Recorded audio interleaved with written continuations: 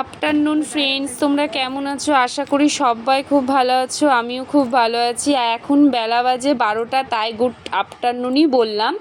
আর এখন হচ্ছে আমি ফ্রিজটা পরিষ্কার করে নিচ্ছি, কারণ হচ্ছে কালকে রাতে আমি বোতামটা আর কি টিপে দিয়েছিলাম, কারণ প্রচুর ফ্রিজে জমা হয়ে গেছিলো বরফ, যেটা আমার 3 দিন পরই পরিষ্কার করার কথা, কিন্তু কাজের সূত্রে না আমার হয়ে ওঠে না, সময়ও পায় না।